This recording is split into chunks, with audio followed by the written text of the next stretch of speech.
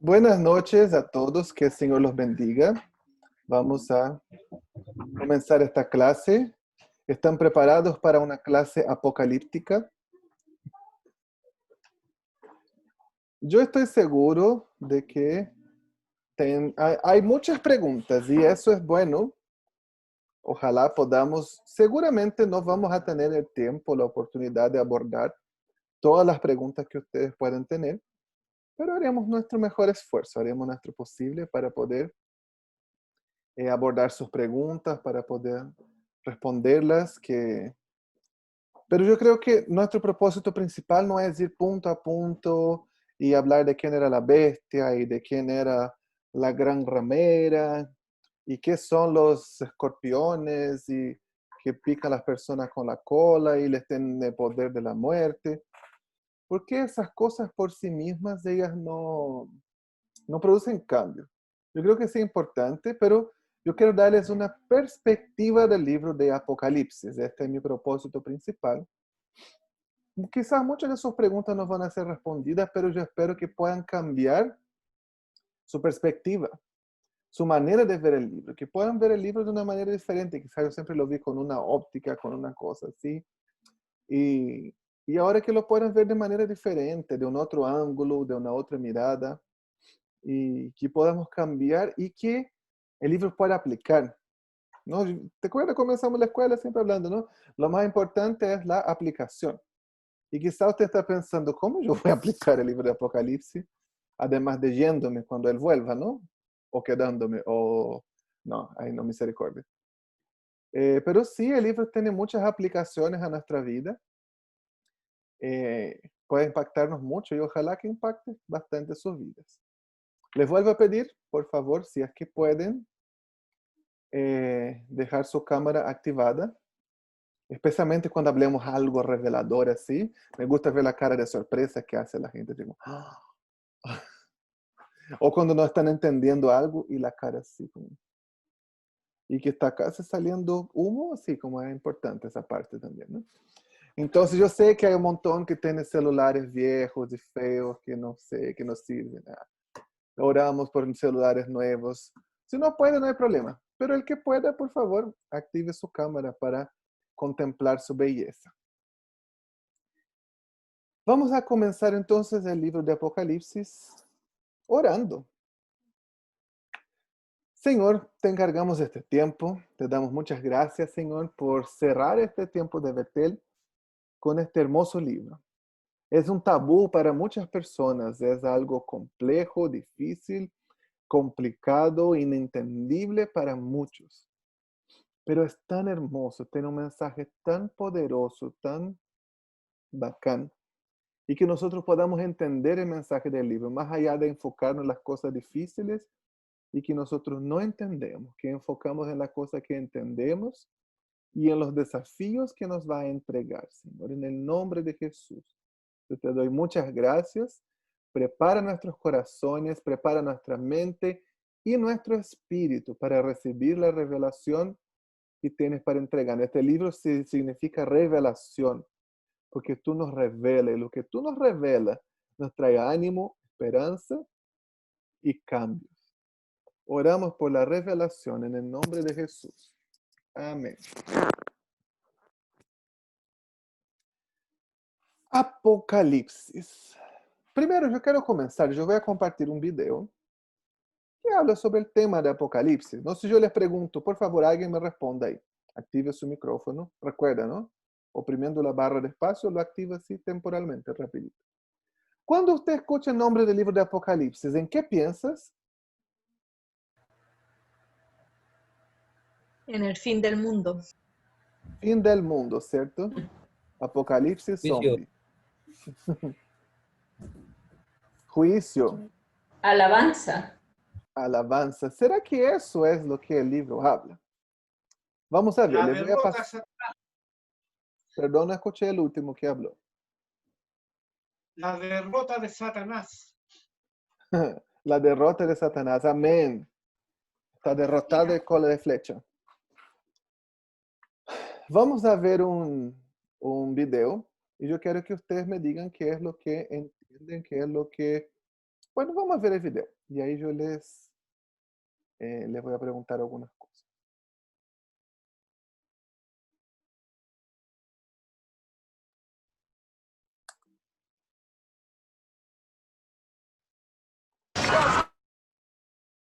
Wow, si nosotros miramos y pensamos en la venida del Señor desde una perspectiva así, algo como eso, ¿qué sentimiento te da? ¿Qué sentimiento te provoca al ver eso y pensar en la segunda venida de Cristo? ¿En qué piensas? ¿Qué sentimiento te nace, te aparece en el corazón? Miedo, confusión, Miedo, confusión, caos, caos, Angustia. Desesperación. desesperación, terror, pavor, una película de terror Oración, dice ahí la Euli. en, en el chat.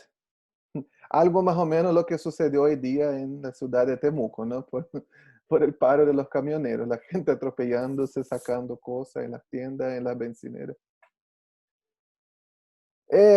Wow, si nosotros pensamos, vemos la segunda venida de Jesús y quizás siempre atribuimos que es el principal contenido, ¿no?, del libro de Apocalipsis.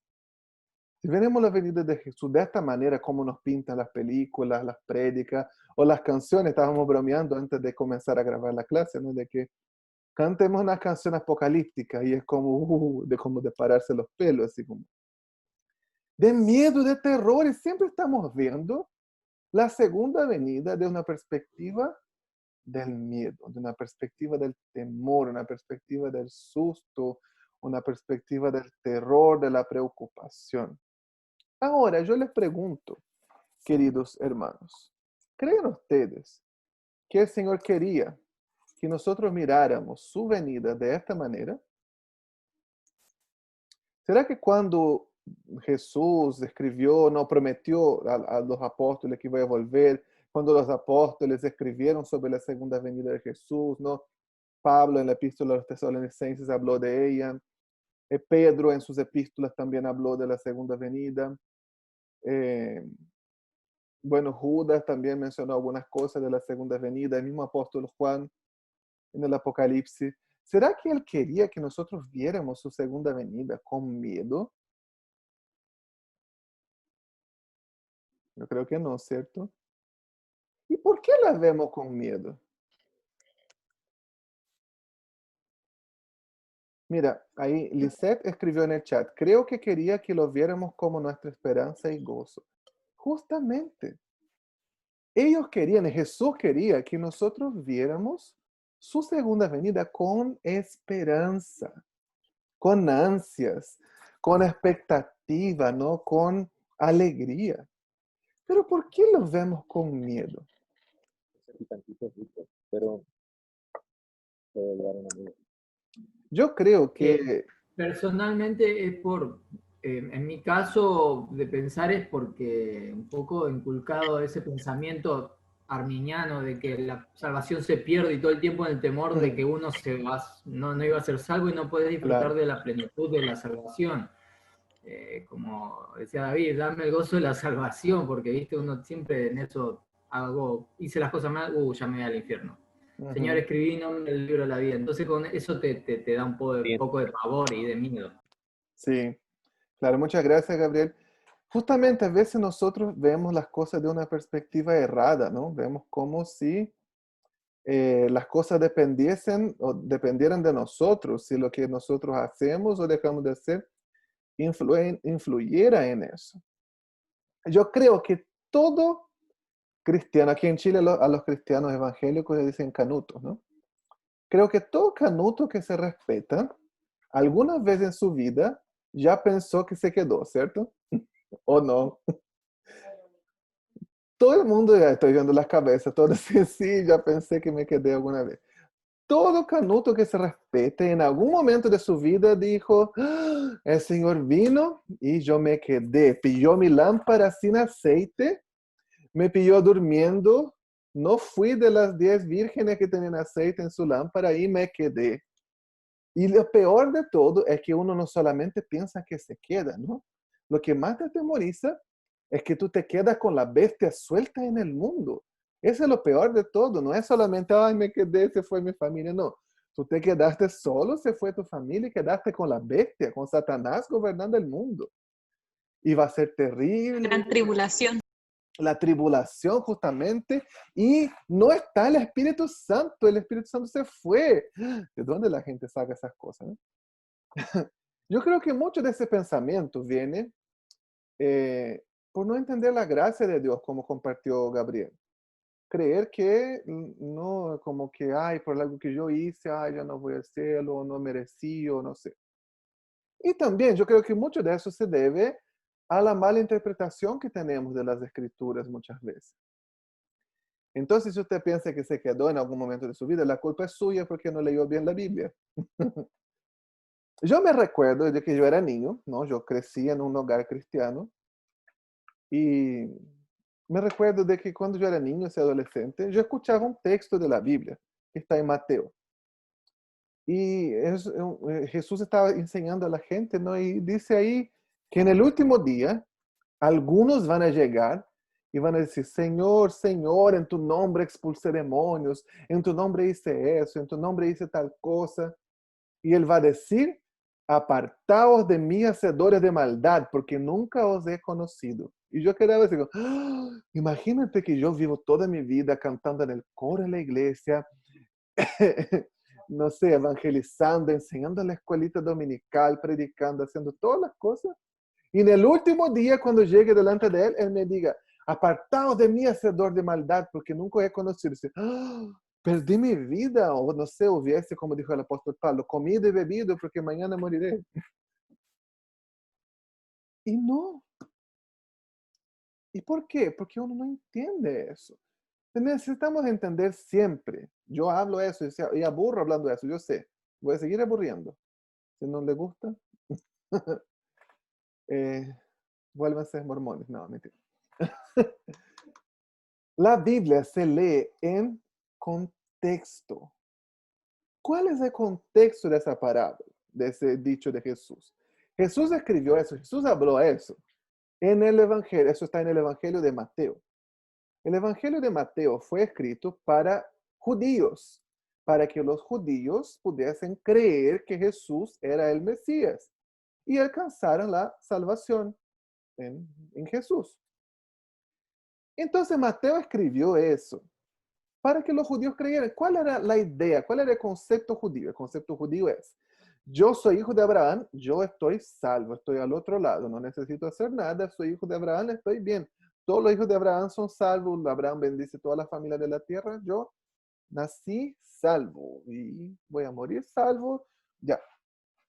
Y se creyó mucho que podían ganar el favor de Dios por las obras de la ley. Y ese era un problema.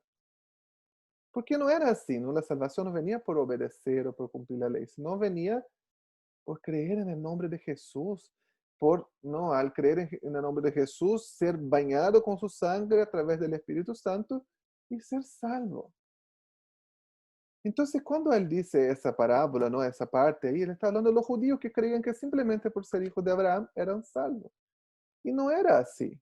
No era, soy hijo de Abraham, estoy salvo. No, él quería decir, ustedes son hijos de Abraham, pero tienen que creer en Jesús. Tienen que haber haber sido lavados con su sangre. Necesitan la sangre redentora. Entonces, eso es lo que él quería decir.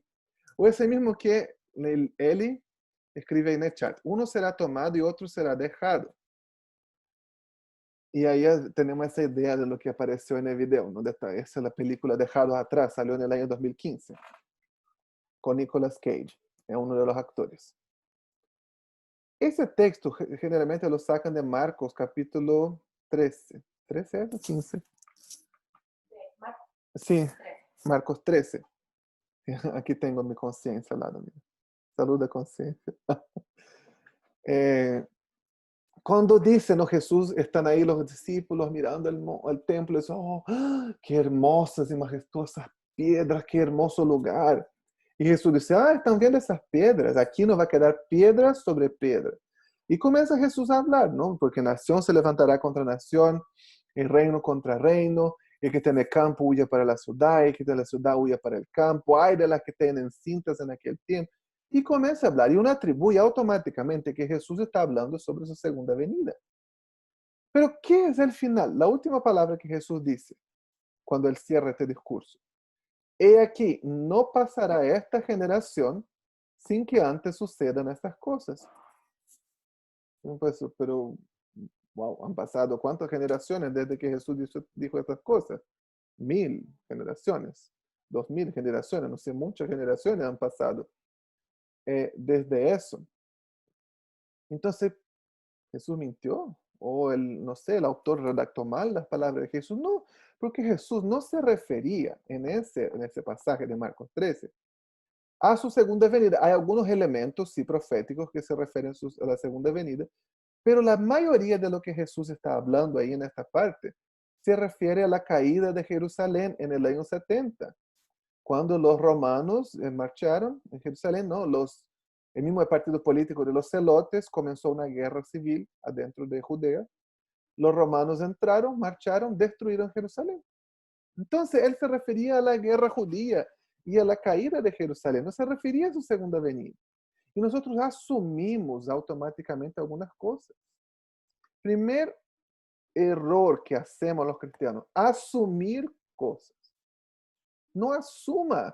¿Cómo es la característica del método inductivo? ¿Cuál es el primer paso?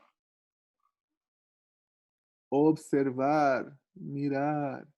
Yo tengo que mirar qué es lo que las evidencias están diciendo. Si yo hago una observación súper sencilla, en Marcos capítulo 13, yo leo y yo digo, y aquí no pasará esta generación sin que antes sucedan esas cosas. No era la segunda venida. Él se estaba refiriendo a la caída de Jerusalén en la guerra judía. Y no es tan difícil, ¿no? Tenemos que observar, tenemos que mirar las cosas en contexto. Y muchas veces también nosotros hemos hablado y hemos predicado en nombre de Jesús desde la plataforma del miedo. ¿No es cierto?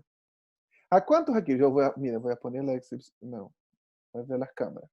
Levanta la mano todo aquel que ya le amenazaron que si no se arrepiente, si no deja de pecar, se va al infierno. Levante su mano. Mira, ¿cuántos amenazados de ir al infierno? Ahora dígame, nosotros... espera que me faltó la otra pantalla. A ver, más mano, ¿quién fue amenazado de ir al infierno? Levante su mano. Mira, cuánta gente. Misericordia. Ahora dígame algo. ¿Nosotros debemos servir a Jesús por miedo de ir al infierno o porque lo amamos?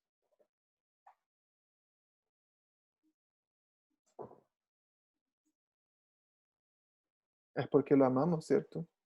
Pero a veces nosotros al predicar también anunciamos a la persona, mira, tiene que, él está al ver, y la sangre de cordero, y tiene que encontrarte con aceite en la lámpara. Y está bien, no son mentiras, ya no me malentiendan, no son mentiras.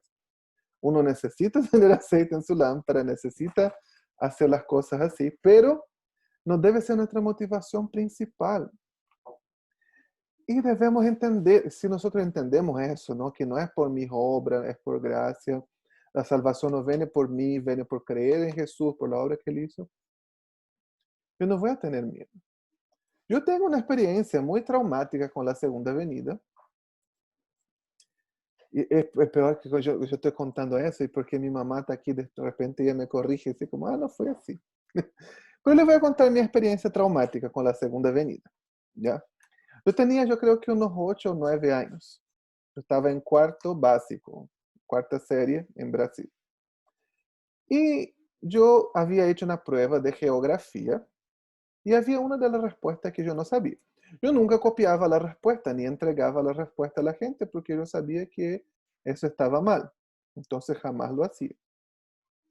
Y un día yo estaba haciendo la prueba y mi compañera de al lado me dio la respuesta. Yo no la pedí. Ella me dijo, ahí está la respuesta. Y yo pensé, ¿no? En ese momento, así como, pero mira, yo no la pedí. Ella me lo dio, entonces No la puedo borrar de mi mente, no la puedo olvidar, entonces lo voy a escribir. Entonces agarré mi lápiz, escribí la respuesta, ya copié, la respuesta era correcta, ya. Pasaron algunos días, yo no me recuerdo cuánto tiempo. Yo estudiaba cerca, ¿no?, de mi casa y yo iba caminando solo, del colegio a la casa.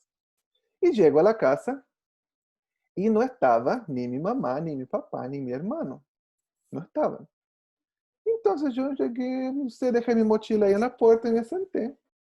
Viste que las cosas que te trauman, tú te recuerdas los detalles, no me recuerdo los detalles.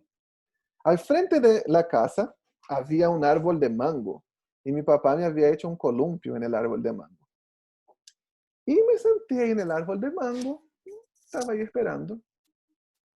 Y mi mamá que me diga, ¿dónde estaban? No sé dónde estaban. Cuénteme, ¿dónde estaban ustedes que no estaban en la casa? No sé si fueron a pagar una cuenta, qué es lo que fueron a hacer. Pero, bueno, no estaban.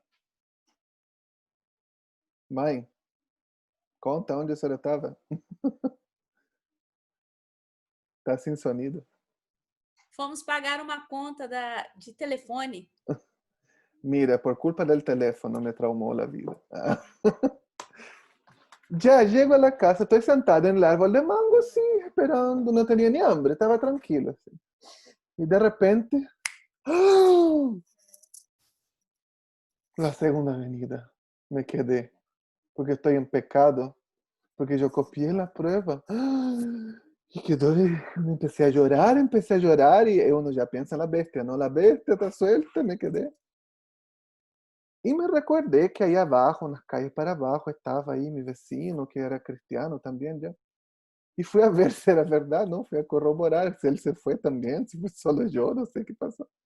Y cuando llego a la esquina, iban volviendo, ¿no? Iban volviendo a la casa de pagar la cuenta de teléfono. Y ahí yo subí en el auto y mi mamá me preguntó, ¿qué te pasó? Y yo le dije, nada, nada. Obvio que no le conté, ¿no? Que había copiado la prueba, imagínate. Y yo quedé con tanto temor, con tanto miedo. Y yo no podía leer la Biblia, no podía leer, yo no podía quedar 5 minutos solo, me empezaba a llorar pensando, la segunda avenida. Y eso me traumó mucho tiempo, de verdad. Fui al psicólogo después de eso. Y durante muchos años, aún después, tuve mi encuentro, no, yo crecí en la iglesia, pero ya cuando adolescente tuve mi encuentro personal con el Señor. Pero aún así, de repente yo tenía miedo y yo no quería leer Apocalipsis. Y alguien hablaba la segunda venida y decía, ay, pero nadie sabe el día ni la hora. Así como, cambiamos de asunto. Y uno tiene miedo y no deberíamos tener miedo.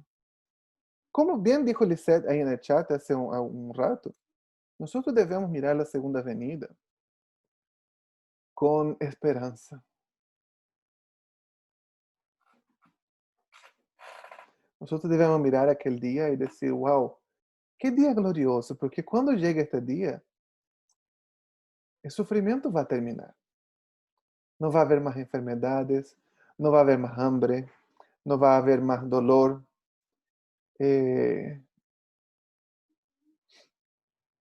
Dice la palabra que Él va a secar cada lágrima de nuestros ojos.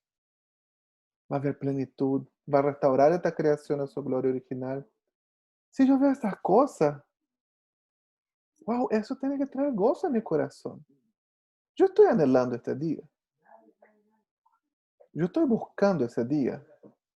Yo estoy esperando, Señor, vuelve pronto. ¿Será? Eso debe traernos esperanza. Debemos mirar la segunda venida desde una perspectiva de esperanza. Y justamente así escribió el apóstol Juan.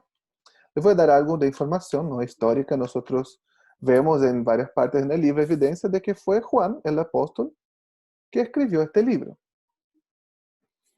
No, él está ahí, él dice la revelación de Jesucristo, en algunas partes dice, no, las palabras de este libro, escribe este libro. Entonces hay varias evidencias de que fue Juan, el apóstol, que escribió este libro. Y menciona también de dónde escribió, ¿no? Dice la isla de Patmos. Pero necesitamos entender algo del contexto en que estaba sucediendo. El apóstol Juan, junto con Pedro, ellos ministraron durante mucho tiempo en Jerusalén, ¿no? Vemos que Pablo viajó para todo el mundo conocido, predicando, plantando iglesias. Pero Juan y Pedro, Santiago también, el hermano de Jesús, ministraron ahí en Jerusalén durante mucho tiempo. Era como su, no sé, su lugar. Y allá cuando el partido político, ¿no?, de los judíos, los celotes, ellos comenzaron la guerra civil, allá en Jerusalén, lo que se llama la guerra judía, en el año 66 después de Cristo. Eso duró 4 años. Y los celotes, ellos fueron muy malos con los mismos judíos que no eran favorables a la causa. Los que eran judíos, pero no querían la independencia del Imperio Romano, que no estaban ahí, fueron malos, los mataron. Fue algo muy terrible la guerra judía. Mucha gente pasó hambre, destruyeron Jerusalén. Si uno lee las historias, no están los escritos de Flavio Josefo, que era un historiador judío. Él describe eso como algo terrorífico, así como muy malo a este tiempo. Y durante ese tiempo murieron casi todos los apóstoles, ¿no? Algunos murieron en la persecución de Nerón en Roma a partir del año 64, como el apóstol Pablo y Pedro murieron en Roma con la persecución. Los demás murieron en otras partes del Imperio Romano y fuera del Imperio Romano, todos como mártires. Se cree que durante la guerra judía, Santiago, el hermano de Jesús, o Jacobo, ¿no?, lo subieron en el pináculo del templo y lo empujaron abajo. Y murió Santiago, el hermano de Jesús, murieron todos los apóstoles. El único que sobrevivió fue Juan. Se cree que Juan era el más joven de los apóstoles, ¿no? Durante el tiempo del ministerio público de Jesús, creemos que Juan tenía alrededor de 15 años, era chiquitito. ¿Viste? Damaris está para Juan.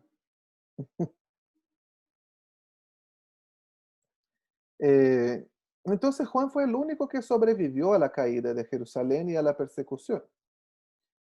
¿Y qué es lo que sucedió? Jerusalén fue destruida, el templo fue destruido, los partidos políticos del judaísmo desaparecieron y los que vivían ahí, los sobrevivientes, se dispersaron. Y después de la caída de Jerusalén, que sucedió en el año 70 después de Cristo, el apóstol Juan se mudó de Jerusalén a Éfeso. Éfeso era una ciudad que tenía un ministerio cristiano muy, muy fructífero, ¿no?, muy grande.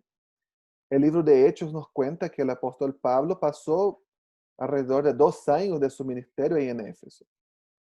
Y dice que él tenía un equipo excelente de trabajo. No estaba Pablo, estaba Priscila, Aquila, estaba Timoteo, estaba Apolo.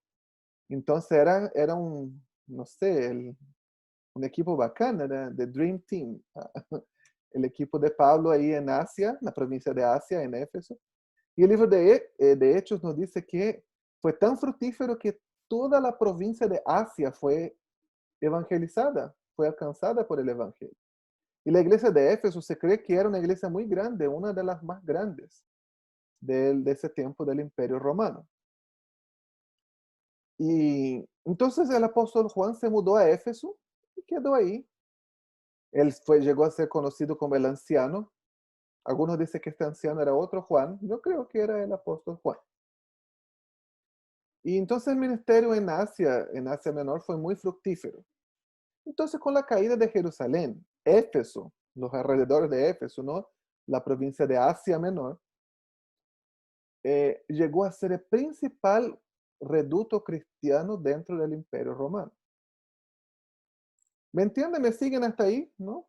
Cayó Jerusalén, los celotes mataron a los apóstoles, no, Nerón mató a los apóstoles en Roma, no, el emperador romano Nerón. En Jerusalén muchos apóstoles murieron en la guerra judía. Jerusalén cayó, Juan se mudó a Éfeso, ya era una región muy fructífera, ¿no?, cuanto al cristianismo. Y la región de Asia Menor, de Éfeso y sus alrededores, Éfeso era la capital, la segunda ciudad más grande del Imperio Romano, llegó a ser la principal concentración de cristianos en el imperio. Entonces Juan siguió ahí, el evangelio siguió creciendo. Se cree que algunos años más tarde murió Timoteo. Se cree que Timoteo murió en el año 82 después de Cristo. En Éfeso también, ¿no?, en una fiesta pagana lo mataron.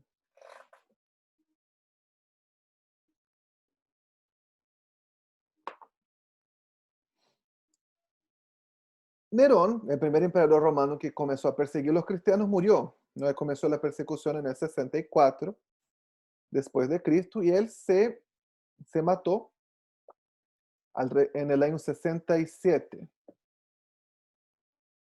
68, perdón. Él se suicidó y hubo un nuevo emperador. Entonces, con la muerte de Nerón, la persecución cristiana no desapareció, pero perdió así como fuerza. ¿No? Nerón era el principal que impulsaba la muerte de los cristianos y, ¿no? y prendía fuego a los cristianos, los lanzaba a las arenas. Entonces, con la muerte de Nerón, la persecución perdió fuerza. No desapareció total, que seguían siendo como despreciados, como, ay, qué religión, y cómo van a ser esa gente. ¿Sí? Pero perdió fuerza y los cristianos vivieron relativamente en paz por algunos años. Hasta que surgió un nuevo emperador que se llamaba Domiciano. Voy a escribir su nombre aquí en el chat para que. Domiciano. Los emperadores romanos, ustedes saben que eran adorados como dioses, ¿cierto? Pero ¿cómo era? El emperador romano no era un dios, pero cuando él moría, él era deificado, ¿no? Era hecho un dios en su muerte, su funeral era deificado y él se volvía un dios. Domiciano, él insistió que no, él quería ser deificado en vida. Y los emperadores romanos hacían lo que le daba la regalada gana, ¿no? Entonces, Domiciano, no, yo quiero ser adorado en vida, insistió ya y fue deificado. Entonces, era adorado como Dios en vida. Ahora díganme ustedes, ¿quiénes no lo adoraron como Dios? Adivinen. Les doy un premio. Los cristianos. Justamente, Vanessa, los cristianos no lo adoraron como Dios. ¿Creen que eso agradó a Domiciano? No, porque era bien caprichoso, como todos los emperadores romanos. Y como los cristianos no lo adoraron como Dios, él dijo, yo les voy a matar entonces a todos. Así de simple. Y Domiciano comenzó, más o menos por la mitad de los años 90, entre 90 y 100, comenzó una gran persecución a los cristianos. Fue la segunda gran persecución. ¿Y dónde era la mayor concentración de cristianos del imperio? Asia Menor, no la provincia, la región de Éfeso.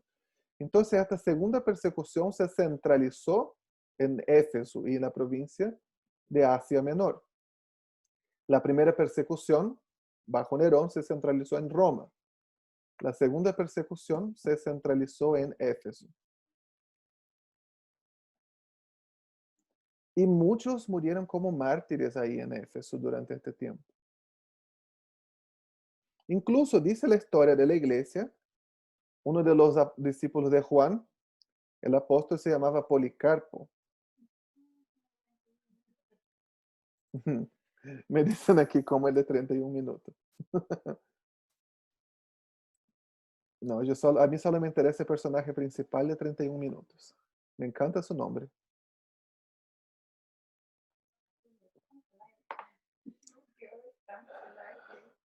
De hecho, yo debía haber comenzado la clase así como tú y yo estamos al aire. La Bárbara va a ser el de Bodoque. Y ella va a decir, estamos al aire. Ya. Sigamos. No se distraiga. Entonces, la segunda persecución fue, perdón, me volé. Policarpo, me distrajeron. Policarpo, uno de los discípulos de Juan, escribió varias cosas sobre él. Esos primeros líderes de la iglesia que asumieron el liderazgo después de la muerte de los apóstoles son conocidos como los padres de la iglesia. Y Policarpo era uno de ellos. Y entre los escritos de la iglesia primitiva dicen que durante la persecución domiciana, Juan fue arrestado y lo ataron en un palo en plaza pública en Éfeso. Y le tiraron aceite hirviendo encima. Pero milagrosamente Juan sobrevivió sin ningún daño. Un milagro, ¿no? Era imposible a alguien que le echen aceite hirviendo encima que no se muera. Y él sobrevivió milagrosamente sin ningún daño. Y entonces, ¿qué hicieron con Juan? Lo llevaron a la cárcel. ¿Y cuál era esta cárcel? Se llamaba Isla de Patmos. La isla de Patmos era un campo de trabajo forzado. Era una mina de piedras. Entonces allá le mandaron, no lo pudieron matar. Lo mandaron a la isla de Patmos, trabajar forzosamente. Y allá en Patmos él recibió la revelación del Apocalipsis.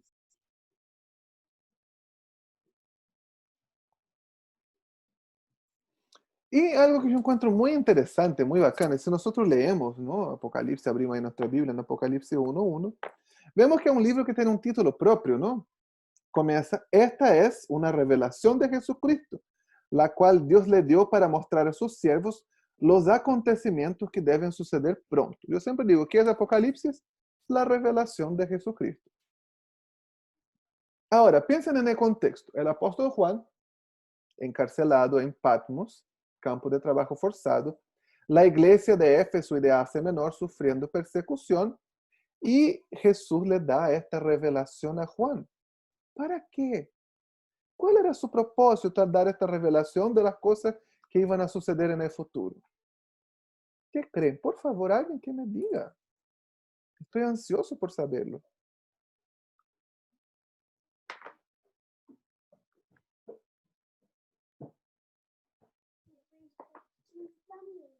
Para animar a las iglesias. Justamente, muchas gracias, Gabriel, para animar a las iglesias. ¿Y cómo los iba a animar? Para traer esperanza, contándoles el final de la película. Si yo estoy muy triste, o estoy pasando por lucha, ahora está siendo muy difícil, el libro de Apocalipsis viene tranquilo, porque al final tú ganas. Al final tú vas a salir vencedor. Al final todos van a pelear contra el Cordero, pero el Cordero los vencerá. No importa que se junte a las naciones, que se levante la bestia, lo que va a suceder. Al final, el victorioso es el Cordero inmolado, el Cordero victorioso es Jesús. Entonces, les cuenta, al contarle el final de las cosas, les trae esperanza. Yo siempre digo que Apocalipsis es como un spoiler. ¿Saben qué es un spoiler, cierto? Es cuando te cuentan el final de la película, o el final del libro, no sé, de la teleserie, de la novela. Yo una vez vi una polera cristiana, así que encontré genial. Como que decía aquí arriba, así, spoiler, y abajo decía, God wins. Como spoiler, Dios vence. Al final sabemos quién vence. Nosotros podemos pasar por luchas, por tribulaciones, por lo que sea, pero al final la victoria del Cordero es garantizada. Al final sabemos que el Cordero va a salir victorioso. Al final nosotros sabemos que Él va a vencer. Y eso debe traer en nosotros consuelo, esperanza, alegría. Amén. Nosotros sabemos, bueno, este año no ha sido fácil para nadie, ¿no? Si alguien dice que ha sido fácil, le damos un chachazo. Si alguien, el otro día yo vi, cuando termine 2020, si yo veo a alguien llorando por el año que se terminó, le vamos a dar paliza. No, que no, nadie llora por 2020, que se vaya. No ha sido fácil este año. Hemos enfrentado varios desafíos. Pero en medio de esta tribulación, en medio de nuestra dificultad, nosotros tenemos una esperanza. La victoria del Cordero es garantizada. Todos nosotros sabemos que al final el Cordero sale victorioso. Él va a vencer el enemigo, Él va a vencer la muerte. Que eso traiga ánimo, esperanza a nuestro corazón. Que eso traiga alegría y gozo en saber, wow, qué bacán. Mira, yo puedo estar pasando por pocas y buenas, yo puedo estar pasando por dificultades, yo puedo estar viéndola mal, terrible. Pero al final, el Cordero es victorioso. Este mundo puede ser difícil, puede tener todos los desafíos que sea, pero la promesa de la eternidad con Él, la promesa de un futuro bueno, un futuro que ojo no ha visto, que oído no ha oído, ni jamás ha penetrado en el corazón humano, es cierta. Y eso debe traerme consuelo, eso debe traerme alegría, debe traerme disposición. Hermano, ¿cómo está tu corazón en medio de todo eso? Ah. ¿Cómo está tu ánimo? ¿Cómo has podido enfrentar los desafíos que ha presentado este año? Creo que no ha sido fácil para nadie. Pero nosotros tenemos una esperanza que la mayoría de las personas no tienen. Una esperanza de que las cosas van a mejorar al final, ¿cierto? La esperanza de un final victorioso. Mucha gente en este mundo no tiene esperanza y ustedes saben, ¿no? Este año, todos los efectos de la pandemia, el encierro, el distanciamiento social, todas las cosas, han traído muchas enfermedades psicológicas a la gente, ¿no? Ha aumentado mucho el número de suicidios, el número de homicidios, de ansiedad, crisis de pánico, ataques de ira, violencia intrafamiliar, muchas cosas. ¿Y por qué? Porque la gente no ve esperanza. Yo en un momento de este año, hubo un momento que yo me vi sin esperanza. Era como todos los planes que yo tenía se fueron por el desagüe, la situación solo empeoraba y empeoraba. Ninguna noticia alentadora, cuando uno piensa las cosas están mejorando, más casos de COVID y más así, y otro país también, y se acaba el dinero y se acaba la plata, y ahora esto, y de repente el peste negra, y no sé, y conflicto, y paro de camioneros para rematar, ¿no? Y uno no ve esperanza. Hermano, ¿dónde está tu esperanza? Muchas veces nuestra esperanza está en los hombres. Quizá algunos de nosotros, mi esperanza está en la vacuna rusa. O bueno, de cualquier país, no me importa, de dónde sea, que venga una vacuna. Nuestra esperanza está en que encuentren la cura, en, no sé, en la disminución de los casos. ¿Dónde está tu esperanza? Nosotros tenemos una esperanza que muchas personas no tienen. Y esa esperanza es una persona. Y esa esperanza se llama Jesucristo. Él prometió que Él va a volver. Y Él dijo, ¿no? En Apocalipsis avisó, la cosa se va a poner fea. Fea, fea. Pero ten esperanza. Porque al final, yo salgo victorioso. Hermano, yo creo que esta noche es tiempo de poner nuestra esperanza en el lugar correcto. Creo que tenemos que poner nuestra esperanza en la única y verdadera esperanza perenne. La esperanza que no cesa, la esperanza que no se detiene, que no se interrumpe, que no puede ser jamás destruida. Y consolarnos con eso. Oremos al Señor.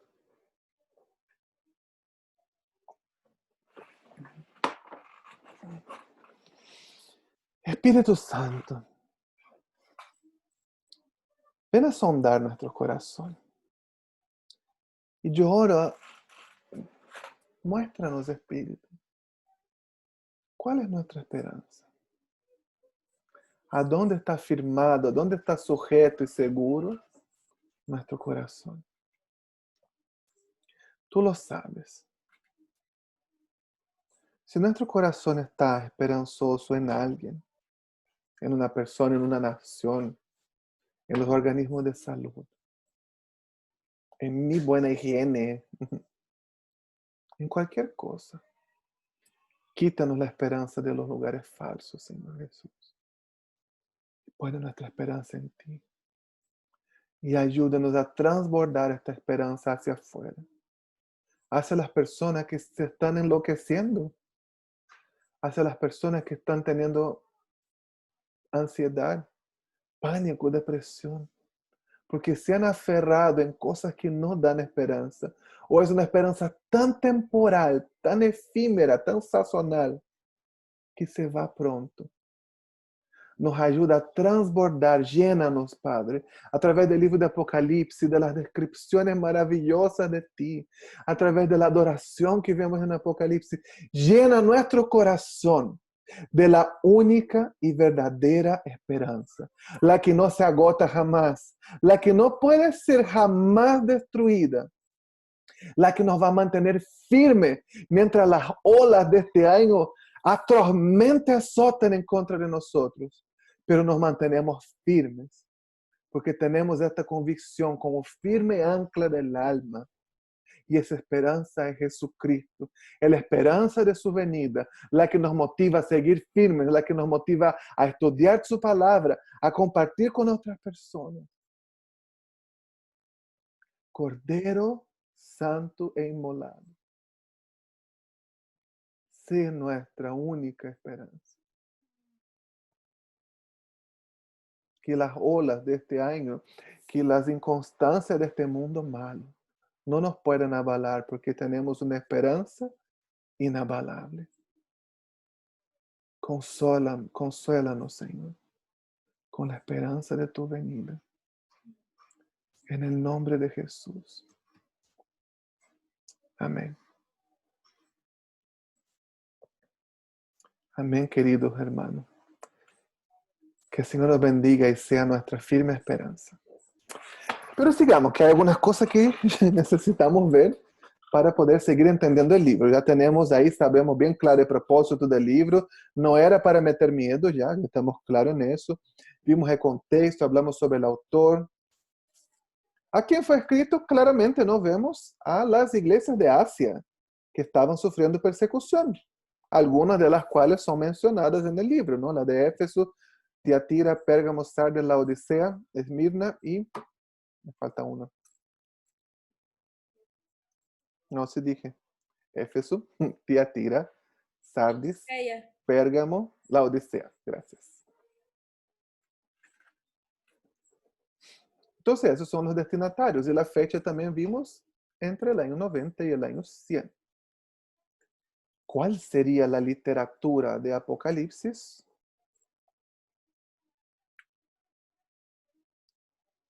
Apocalíptica. El género apocalíptico no es algo que solamente es el libro de Apocalipsis, es un género literario que existió durante muchos años y tenemos muchas de sus características en el libro de Apocalipsis. El libro de Daniel tiene algunas, no es apocalíptico en sí, no cumple todos los requisitos, pero tiene características apocalípticas también. Entonces, literatura apocalíptica.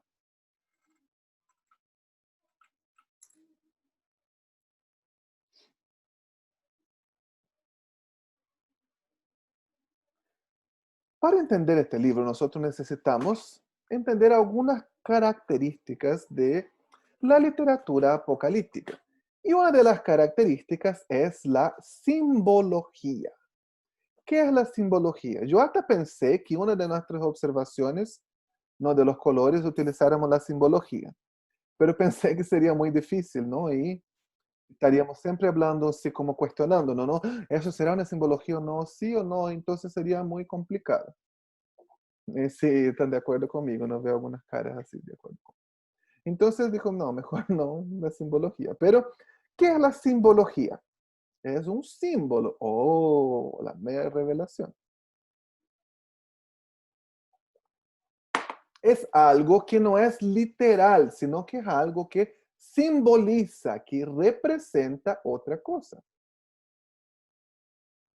El libro de Apocalipsis está lleno de simbología, como muchos otros libros de la Biblia. Entonces, cuando se habla de una bestia con 10 cuernos, no es un alce, no es un venado mutante, no es un toro, no es un dragón, literalmente. Sino que, ¿qué es lo que simboliza la bestia? ¿Qué es lo que simboliza el cuerno? 7. ¿Qué es que le simboliza el 7? ¿Qué es lo que simboliza el 1000, el 144, el 12? Todas esas cosas son símbolos, son simbologías que necesitamos entenderlas. La clásica simbología de Apocalipsis, el 7. ¿Qué es lo que significa el 7? Alguien, por favor, que me diga. ¿Qué piensan que significa el 7? La perfección. La perfección. Siempre decimos eso, ¿no? Pues no, no es.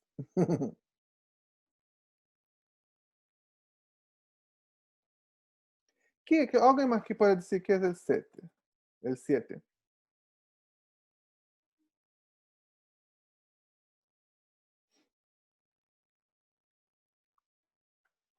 más grande que ¿Puede ser como un ciclo de algo?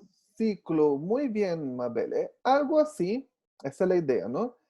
El 7 es lo que es completo. No hay una palabra para eso en español, a veces es difícil traducir, ¿no?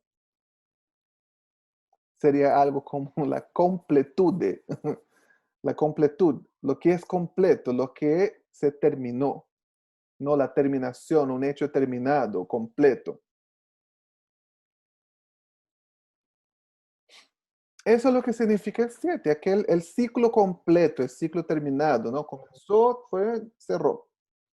Es algo, eso es la idea del 7. Tiene ese concepto de perfección también, porque el ciclo completo es un ciclo perfecto. Ok, Joana, no se desespere. ¿Ah? Existe el concepto de perfección en el 7, pero no es necesariamente lo que significa.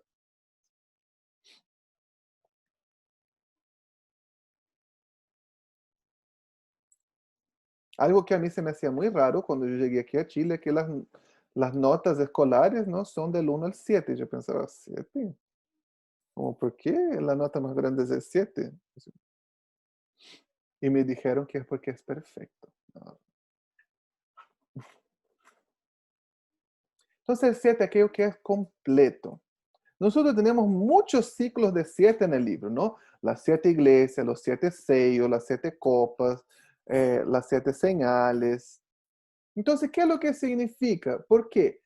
Porque es completo, porque es la medida perfecta, porque es el ciclo, ¿no? Comenzó, la primera trompeta, los 7, completó, cerró. Por eso digo, tiene este concepto de perfección, ¿no? Es la medida completa, la medida perfecta, la medida justa. El ciclo terminado.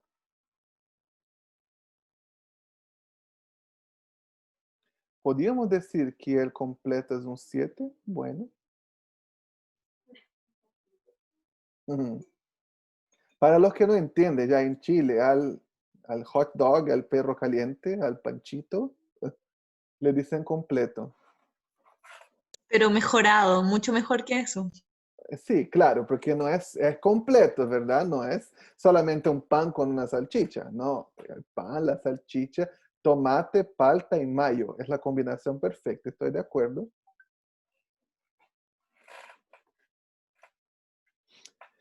Entonces los ciclos de 7 muestran eso, la perfección, la medida justa, la plenitud, lo que está completo, lo que está no terminado, la terminación.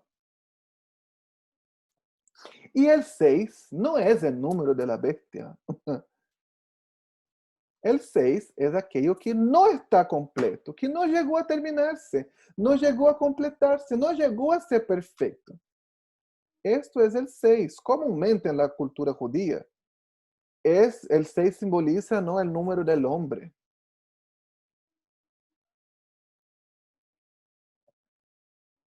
Porque no es completo, es casi, pero no es completo, no es perfecto, no está terminado.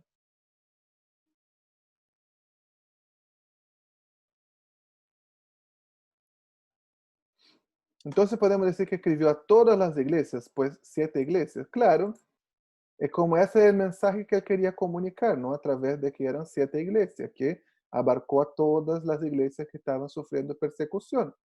No es literal, recuerden, es la simbología.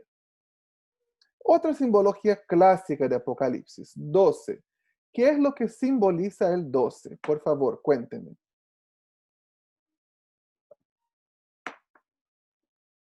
Pacto, justamente, Maciel, muchas gracias. El 12 es el número del pacto.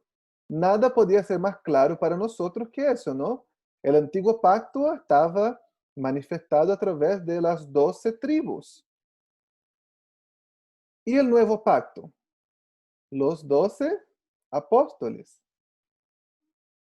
Entonces, el 12 significa eso, significa el pacto. ¿Por qué delante del Cordero hay 24 ancianos? ¿Será coincidencia? No.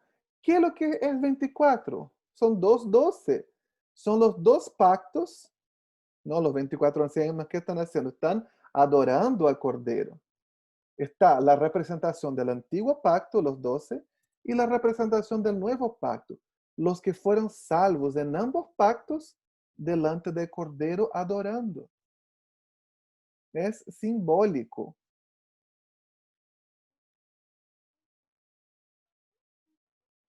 Hay mucha lectura de Apocalipsis por ahí. De repente usted va a leer algo y va a encontrar algo diferente de lo que yo le estoy diciendo. Es herejía, no le crea. No, mentira. Puede encontrar otras cosas diferentes. Hay muchas interpretaciones del libro de Apocalipsis, ¿no? En un ratito voy a hablar de las diferentes escuelas de interpretación del libro. Pero esa es la idea, no entiendan la simbología del libro. ¿Qué son entonces los 144,000? Nosotros vemos 2 veces el 1000 ahí, ¿no? Están los 144,000 y están los 1000 años. El 1000 significa plenitud.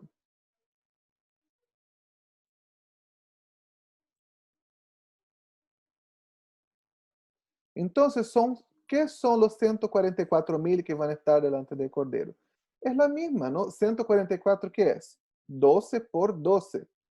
12 multiplicado por 12 da 144. Ahí justamente dice, ¿no? Los de cada tribu, 12,000 de cada tribu, 12 por 12. Entonces significa eso. Ambos pactos, el antiguo pacto y el nuevo pacto, en plenitud delante del Cordero, son lo que representa los 144,000, los que fueron salvos en ambos pactos, tanto en el antiguo pacto cuanto en el nuevo pacto.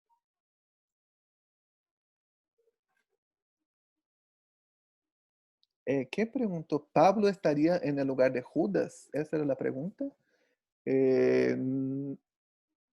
No, porque en el Hechos capítulo 1 vemos que ellos escogieron un reemplazante para Judas, que se llamaba Matías. Matías. Entonces, ¿cuál era la convención? Tenemos que entender qué es lo que significa apóstol también, ¿no? Apóstol es una palabra que significa enviado. La palabra griega significa enviado. La palabra latina para apóstol es misionero. Entonces, en la iglesia primitiva se llegó a una convención de quién era que ellos llamarían apóstol. Apóstol era alguien que vio con sus propios ojos a Jesús. Entonces era un cristiano de primera generación. Entonces, si fuera por este concepto, digamos, Pablo no sería apóstol, pero él a sí mismo se intituló apóstol. Vemos que en varias partes tiene que defender, ¿no? En Gálatas, en otras, él defiende su apostolado. Dice, yo sí soy apóstol porque yo vi a Jesús.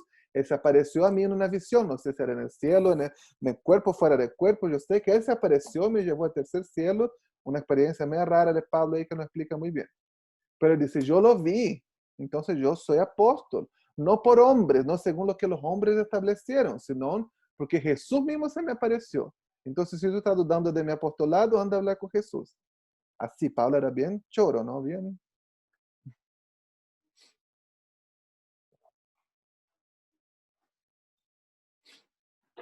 Entonces, esas son algunas de las simbologías clásicas del libro de Apocalipsis. No voy a tener tiempo de abordar todas, ¿ya? Otra simbología clásica es la bestia. ¿Qué es lo que significa una bestia? Cuando te hablan bestia, ¿qué es lo que tú piensas? ¿Qué imagen? ¿Qué te evoca pensar en una bestia? Algo que destruye. Algo que destruye. Recuerda que a veces nosotros hablamos bestia. Yo siempre pienso en la bella y la bestia, ¿no? Es como un monstruo así. Claro, justo Lorena ahí puso un monstruo. Cuando alguien dice bestia, está hablando de un animal salvaje del campo. Algo grande, sí. Podría ser un oso, podría ser un león, podría ser un toro. No necesariamente un carnívoro, ¿no? Cuando habla de bestia, nosotros en Génesis dice, ¿no? Dios creó en el quinto día todas las bestias del campo. Entonces, bestia tiene esa cosa de lo que significaba era un animal con un comportamiento salvaje. El diablo, el cachudo. Sí, está. ¿Por qué él dice? No es que cuando dice bestia no está diciendo el diablo, sino que está refiriéndose a simbología, recuérdense, ¿no? el comportamiento bestial del diablo. Algunos reyes se les dice que eran bestias porque por su comportamiento bestial, su comportamiento salvaje de destruir, de matar, de devorar. Entonces una bestia podría ser, como yo les dije, no necesariamente un león o un oso, algo así, un dragón, un toro que mata, que acornea, también podría ser considerado una bestia. Entonces cuando se habla de bestia, se refiere a eso, a comportamiento destructivo, salvaje. Y muchas veces la bestia se refiere al comportamiento destructivo de la humanidad. En Daniel hay una visión que habla ahí de las bestias, de las 4 bestias, y de repente de medio de las bestias surgió un hijo de hombre. No, Jesús varias veces se refería a sí mismo el hijo del hombre. Él saca ese título de los escritos de Daniel. Entonces era como en medio de esas bestias surgió un hijo de hombre. Estaba hablando, ¿no? ¿Cuál era el sentido de la visión de Daniel? En medio de todos los hombres con sus pasiones desordenadas, con su comportamiento bestial, salvaje, va a surgir un hombre diferente, un humano perfecto. Y él va a gobernar todo lo demás. Esa fue como la visión de Daniel. Y nosotros vemos la simbología de la bestia aquí de nuevo, el comportamiento destructivo y salvaje. Ahora el cuerno, ¿qué significa el cuerno? En la Biblia jamás significó infidelidad. Eso significa para nosotros, ¿no? En la Biblia no. No tiene este concepto.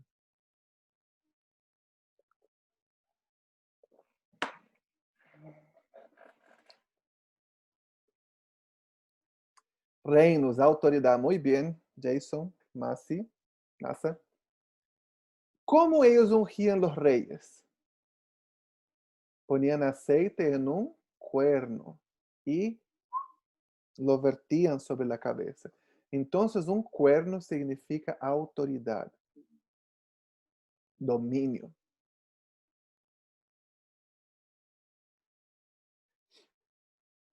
Entonces, si decía que era la bestia con 10 cuernos, era porque ella tenía autoridad, ¿no?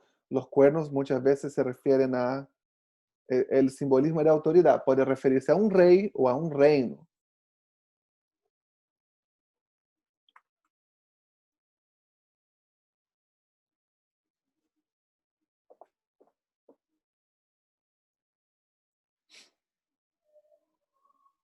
La bestia tenía 10 cuernos porque habían 10 reyes o 10 reinos bajo su dominio, le entregaron la autoridad. Entonces eso es lo que significa el cuerno.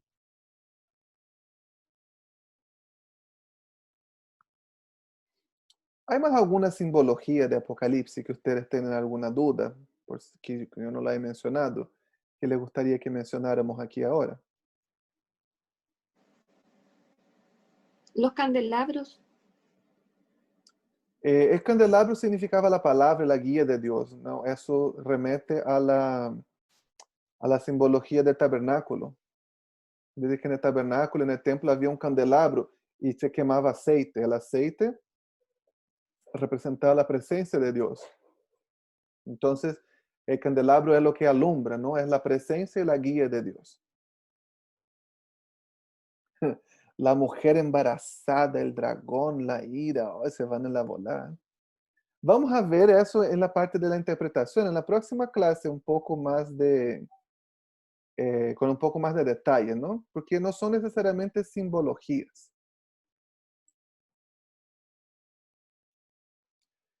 Voy a comentar algunas cosas, ya no quiero entrar en detalles de interpretación. Pero la copa, ¿qué es lo que significa la copa? El juicio. Vemos varias veces en el Antiguo Testamento, ¿no? La copa de la ira de Dios está rebosando. Entonces una copa es un juicio.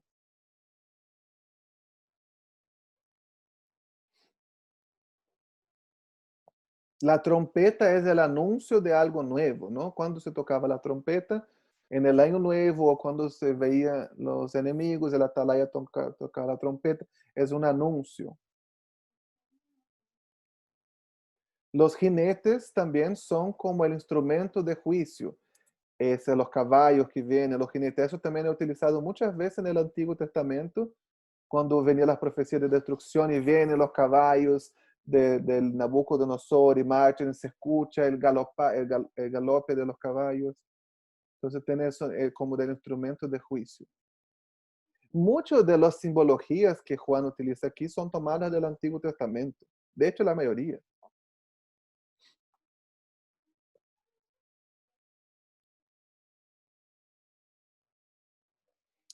Ahora, ¿qué es esa cuestión del dragón, de la mujer embarazada? Yo quiero tomar un tiempo para hablar de eso. En la próxima clase ya una interpretación más detenida, más detallada. Pero eso es como, eso de la mujer embarazada es la descripción del nacimiento de Jesús, pero desde la perspectiva espiritual. Es como que los evangelios contaron el nacimiento de Jesús desde aquí, de nosotros, de donde estamos nosotros. Y eso, la descripción de Apocalipsis es como desde el mundo espiritual, es como de detrás de la cortina. Algo se me había olvidado mencionar, ahora acabo de recordarme, ¿no? Además de tener el método literario de una literatura apocalíptica, algunos dicen, o muchos dicen que Apocalipsis está escrito en forma de teatro griego. Entonces está dividido en 2 actos y en 7 escenas. Como que el primer acto es algo más que habla de nuestro mundo, del mundo físico, y la segunda mitad del libro ya es como una mirada por detrás de la escena, como que se corre la cortina y uno ve detrás, que es lo que está en el ámbito de la esfera espiritual. Perdón, no son 2 actos, son 7 actos y cada acto tiene 7 escenas. Yo les voy a mandar en el grupo como un bosquejo, una estructura del libro de Apocalipsis para que ustedes vean. No rayen la papa con eso, porque no quiero que nadie se vuelva loco en esa escuela. Pero es muy interesante observar la precisión con la que él escribió el libro, cómo él fue detallista, cada acto tiene las escenas, los interludios.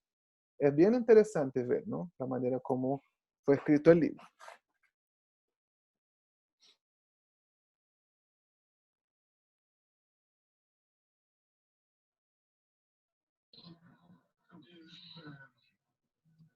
Ahora otra cosa que yo creo que es súper importante hablar es la manera de interpretar el libro. Son 7 actos, cada acto con 7 escenas. Ustedes entienden, ¿no? Leyeron el libro, ven que es súper difícil interpretarlo. Si uno ignora la simbología, el contexto en que fue escrito, entendiendo que es una literatura apocalíptica, es un teatro griego, son escenas, ¿no? Aún así es difícil interpretar. Y eso ha dividido la iglesia desde el comienzo, desde el principio de la historia. Si Policarpo, Orígenes, Tertuliano, Cipriano, ¿no? Eusebio, Lutero, Calvino, nunca se pusieron de acuerdo, nosotros tampoco nos vamos a poner de acuerdo, no lo intentes. Entonces yo quiero mencionarles las diferentes escuelas de interpretación que hay, las diferentes maneras de interpretar el libro. Voy a escribirlas aquí en el chat y voy a dar algunas características básicas de cada una de ellas. Y si quieren les puedo comentar qué es lo que yo pienso, qué es lo que yo creo que es la manera más apropiada de interpretar el libro. Pero no significa que usted tenga que pensar lo mismo que yo, puede tener su propia opinión, ¿no? Como la semana pasada hablamos en Hebreos, usted tiene su opinión de quién escribió el libro, estaban todas las mujeres ahí, Team Priscila, creemos que fue Priscila. Yo personalmente creo en Apolo, pero no vamos a dejar de ser amigos por eso, ¿cierto? La más conocida escuela de interpretación del libro de Apocalipsis es la escuela de interpretación futurista. Es la más difundida en los libros, en las películas, en las iglesias, en las predicaciones atemorizantes. Utilizan la escuela de interpretación futurista. ¿Qué es lo que significa? Que ellos ven Apocalipsis totalmente algo que se va a cumplir en el futuro. Todo el libro de Apocalipsis, con excepción de la carta a las 7 iglesias, las 7 cartas de las 7 iglesias, son sucesos que van a suceder en el futuro. Sucesos que van a suceder, no valga la redundancia. son cosas que van a suceder en el futuro que aún no han ocurrido. Ahí está incluido el rapto, el anticristo, los dos testigos en Jerusalén, la reconstrucción del templo en la ciudad de Jerusalén, ¿no? Un líder mundial, una sola moneda, que te van a poner la marca literalmente en la mano y en la frente, y todo eso, ¿no? Va a tener un solo dinero en el mundo. Toda essa la guerra aí no Valle de Megiddo vai ser a batalha final, algo como muito literal e algo que vai suceder em um futuro. Por isso é futurista, porque aún não ha sucedido. Vai suceder no futuro. A série de livros e de películas muito conhecida de Tim LaHaye, um autor americano, a série de livros Deixados Atrás, é totalmente futurista. Não é malo em si mesmo, já não lhe digo que seja malo, e Tim LaHaye é um excelente estudioso, teólogo, ha escrito comentários bíblicos excelentes, muito buenos, que eu he leído. De hecho, hay, no sé, bueno, todos conocen esas teleseries brasileñas de la Biblia, ¿no? Ahora están dando Moisés, y los 10 mandamientos, tuvo la de Rey David, la de Josué. Hicieron de Jeremías también. Hubo una de Apocalipsis también. No sé si eso llegaron a dar aquí en Chile o no. Pero también hicieron totalmente futurista, ¿no? Con las cosas que van a suceder. Esa es la escuela de interpretación futurista. ¿Ok? ¿Me entienden de qué se trata? Se trata totalmente del futuro. Todo el libro de Apocalipsis no ha sucedido, va a suceder aún. La otra escuela de interpretación del libro es totalmente opuesta, es la preterista. ¿Qué es preterista? Pretérito es el pasado. ¿Te recuerdan cuando uno estudia lenguaje? Pretérito perfecto e imperfecto, pluscuamperfecto, el futuro del pretérito. ¿Qué es lo que dicen los preteristas? Ellos dicen que todo lo que está en el libro de Apocalipsis está en el pasado y ya sucedió. Eran profecías, eran anuncios para la audiencia original del libro y todo ya sucedió.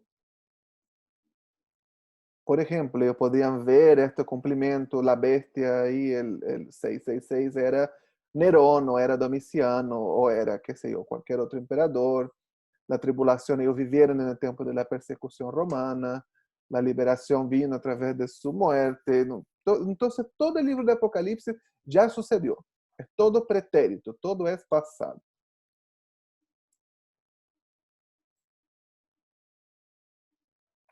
Entonces, ellos interpretan algunas cosas, ¿no?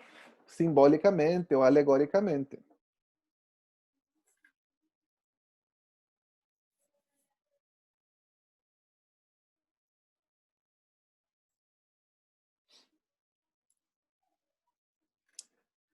¿Entienden? ¿Alguna duda con la preterista?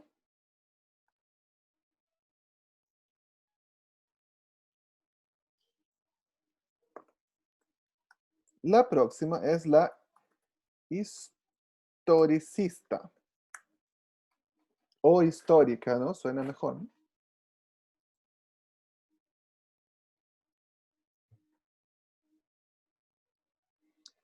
¿Qué es lo que dice la historicista o histórica?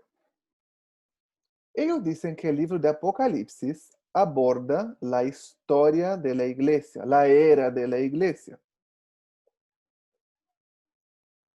Entonces, todo el libro de Apocalipsis comienza en la muerte y resurrección de Jesús, cuando Jesús resucitó y inauguró la era de la iglesia, y termina con su segunda venida. Entonces, de esta manera, algunos elementos del libro de Apocalipsis son pasados, se están refiriendo a cosas que ya han sucedido a lo largo de esos 2000 años que hemos vivido, y algunas cosas aún van a suceder en el futuro. Eso es lo que dice la interpretación historicista. Las escenas comienzan en la cruz de Cristo y terminan con la segunda venida, y cuentan los diferentes periodos de la historia de la iglesia que han sucedido.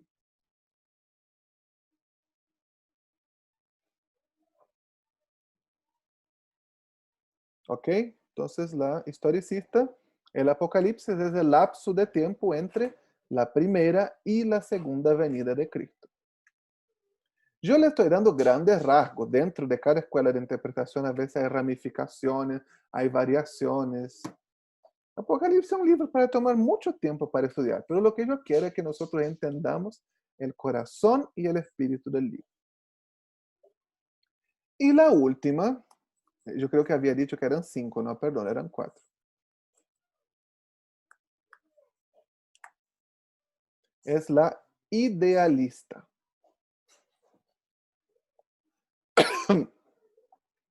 ¿Qué dice la escuela de interpretación idealista?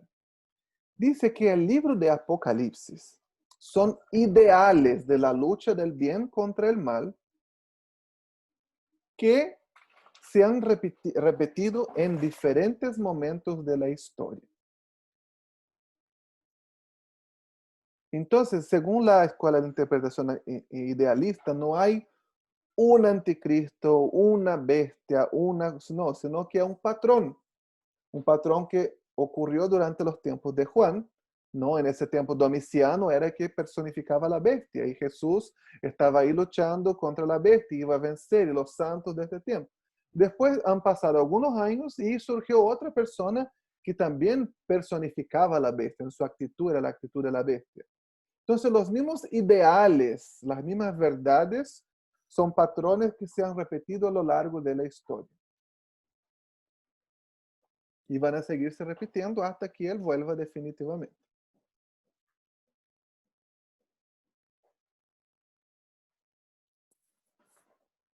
¿Entiende la idea de la idealista? ¿Qué es lo que significa?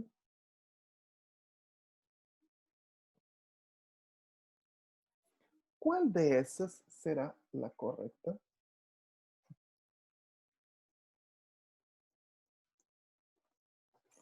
Buena pregunta, ¿no? Eso ha dividido mucho la iglesia, los teólogos desde hace mucho tiempo. ¿Cuál cree usted? Yo le voy a decir cuando me deje de decir usted. A ver, escribe de nuevo, pero dime tú. Ahí yo le respondo.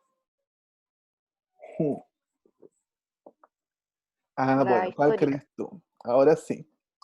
Yo personalmente creo en la historicista. Yo creo que, vos no, me dijeron vos ahora, ¿viste? Yo personalmente creo en la histórica. Yo creo que en mis estudios, mis años de estudiar la Biblia, es la que yo encuentro que más se adapta al texto, la que tiene más evidencia, la que tiene menos incongruencia, porque cada una de ellas también va a tener una incongruencia. Va a tener quizás puntos muy fuertes para ella, pero todas ellas también tienen puntos débiles. De repente yo agarro varios textos, la histórica es la verdad. Y de repente hay algún texto que, patada en la guata de la histórica, ¿qué onda? Entonces todos tienen puntos fuertes y puntos débiles. Y yo creo que de todas las que tienen menos incongruencia, menos puntos débiles, es la histórica. Como yo veo el libro de Apocalipsis, yo entiendo que cada uno de los actos, son 7 actos, ¿no? Cada uno de los actos comienza en la cruz y termina en la segunda venida, pero de un diferente punto de vista, de una diferente perspectiva. Era como que si el primer acto se cuenta desde la perspectiva, no sé, de tal lugar, la otra se cuenta desde la perspectiva, era como si 7 personas vieran la misma situación, pero desde diferentes puntos, ¿no? Como, no sé, cada uno vio un crimen, pero uno vio desde ahí del frente, otro vio desde la ventana, otro vio desde el balcón, otro lo estudió, era el policía que lo estudió, y todos relatan la misma historia, pero cada uno desde su punto de vista. Era algo parecido así, como cada una de las escenas comienza en la cruz y termina en la segunda venida, pero de una diferente perspectiva, de un diferente punto de vista. No estoy diciendo, no les quiero convencer, crean en eso. No, hay algunos que uno dice, no, apagar esto es futuro, tiene que ser futuro, tiene que ser futuro. Bueno, ya, está bien, crea que es el futuro.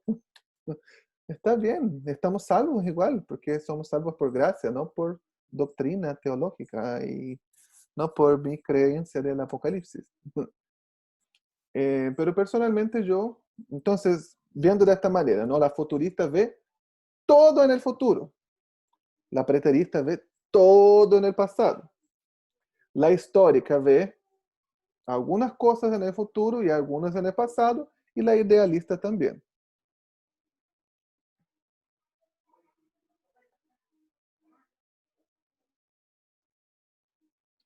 Hay otras interpretaciones de las simbologías que vimos recién. Muchas otras, pero son erradas, no las creo. No, mentira. Sí hay muchas otras. De manera general, a mí me gusta traer la interpretación de qué es lo que significó en el Antiguo Testamento, ¿no? El Antiguo Testamento veía el cuerno como autoridad, veía a la bestia como el comportamiento humano salvaje. Por eso yo las traigo de esta manera. Porque Juan era judío, siendo un hombre judío, él vio cosas, ¿no? Él tuvo una visión y él describió con sus palabras de hombre judío. Por eso yo lo describo de esta manera. Otra pregunta aquí. ¿Cuál sería una diferencia notable entre la histórica y la idealista? La histórica, ella dice que no, toda la historia comenzó en la cruz y va a terminar en la segunda venida. Es un lapso de tiempo, ¿no? Que estamos viviendo, estaríamos en medio de este lapso de tiempo. Ahora, ya la idealista dice que mil veces, pero muchas veces lo que está en Apocalipsis comenzó y terminó, ¿no? Por ejemplo, en el tiempo de la persecución que estaba viviendo Juan y Domiciano. Comenzó Apocalipsis y terminó cuando Domiciano murió. Después vino otro emperador romano malvado, Diocletiano. Fue lo mismo. Comenzó y terminó. En el tiempo de la Edad Medieval hubo un opresor malo, no sé. Uno de los papas era malo. Comenzó lo Apocalipsis y terminó. Después surgió Hitler. Lo mismo. Hitler fue una bestia. Comenzó ese. Entonces son los ideales de la lucha de bien y el mal que se van repitiendo a lo largo de la historia. ¿Se entiende la diferencia? Eso no es todo. Rapto o arrebatamiento. Mira, si vivimos en Chile, digamos lanzazo. Es más chileno esta palabra.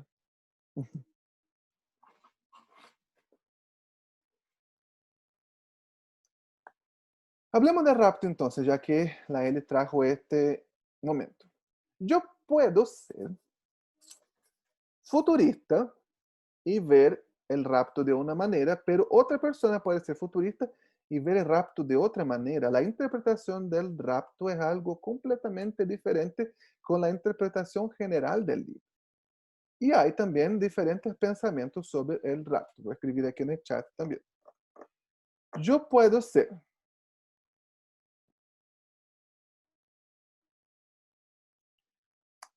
pre-tribulacionista. Yo tengo yo hice una live una vez, yo hice un video sobre eso, está en mi Instagram, en los videos, si alguien quiere ver ahí. Puede ser meso-tribulacionista o post-tribulación. Tribulacionista. ¿Qué es lo que significa eso?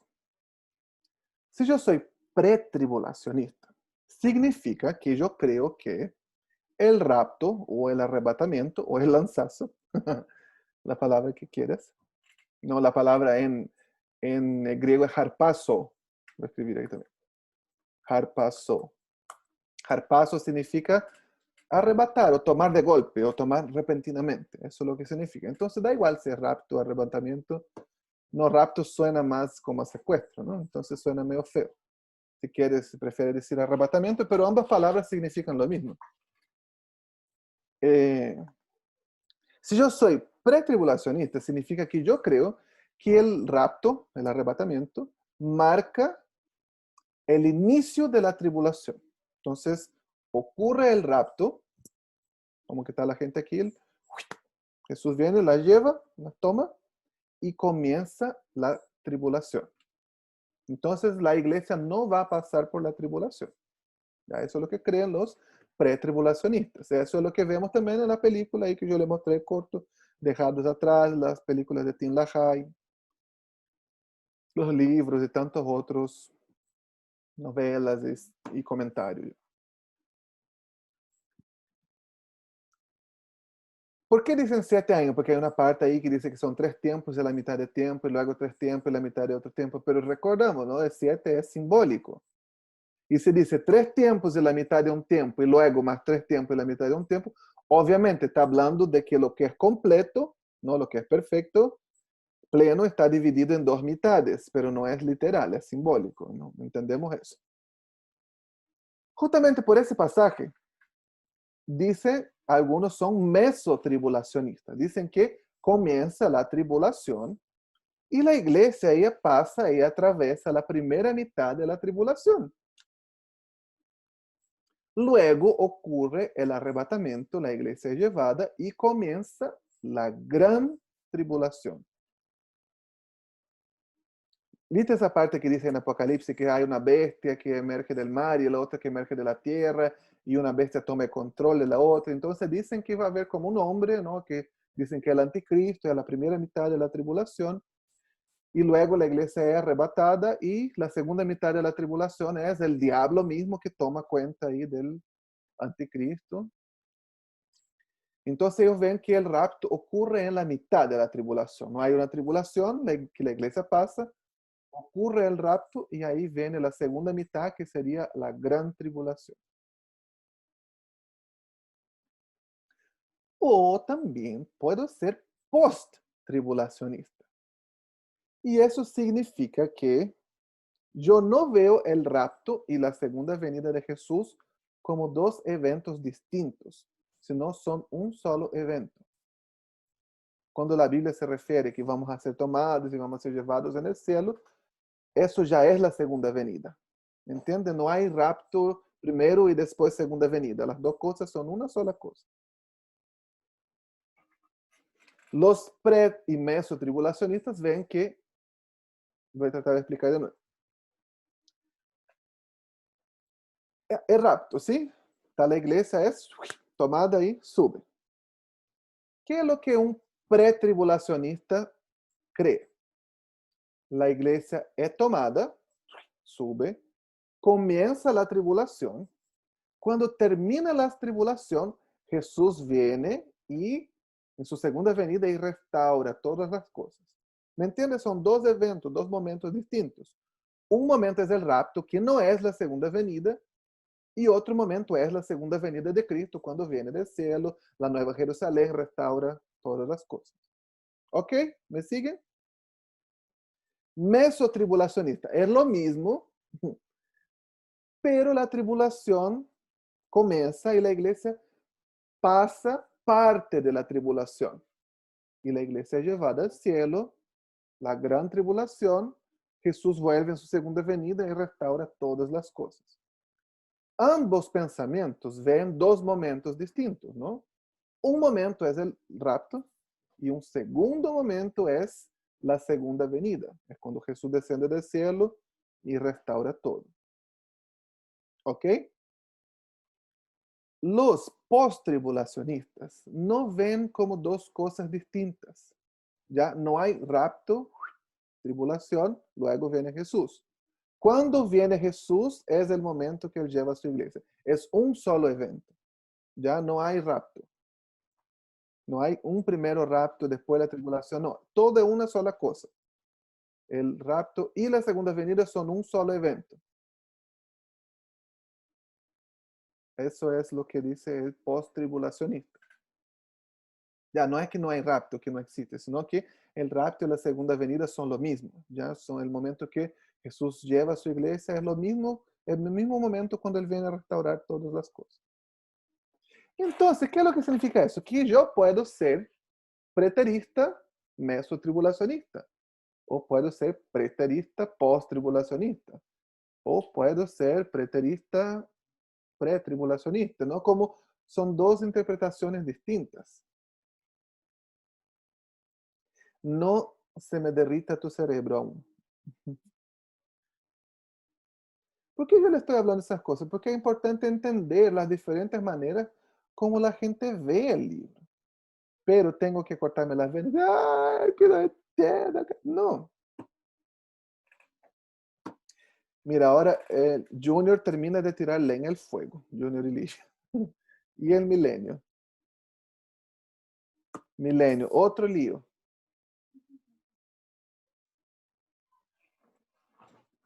Es lo mismo, ¿no? Parecido con el del rapto. Uno puede ser amilenarista, premilenarista o milenarista. Escribí los tres.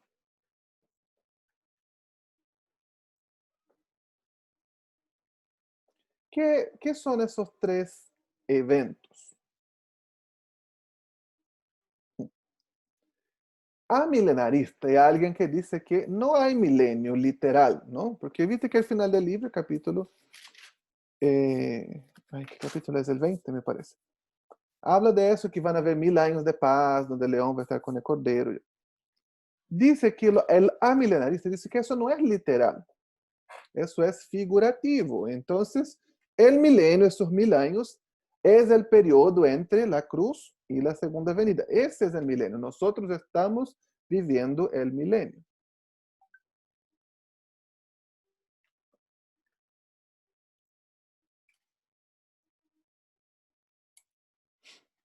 El premilenarista dice que ocurre el milenio, ya está, Jesús viene, restaura las cosas, ocurre el milenio y después, al final del milenio, Nueva Jerusalén, nuevos cielos, nueva tierra. El postmilenarista dice que el milenio es después que Jesús vuelve y restaure todas las cosas. Solamente la diferencia donde ubican el milenio, ¿no? Milenarista no hay milenio, es figurativo. Nosotros estamos viviendo el milenio. Premilenarista, milenio primero, luego restaura Jesús todas las cosas. Y postmilenarista, Jesús restaura todas las cosas, luego 1000 años de paz. Si tú estás encontrando difícil, una vez yo tuve que traducir un gringo enseñando eso de inglés a español. Hoy casi me muero este día. Ese día yo sentí mis neuronas siendo arrebatadas.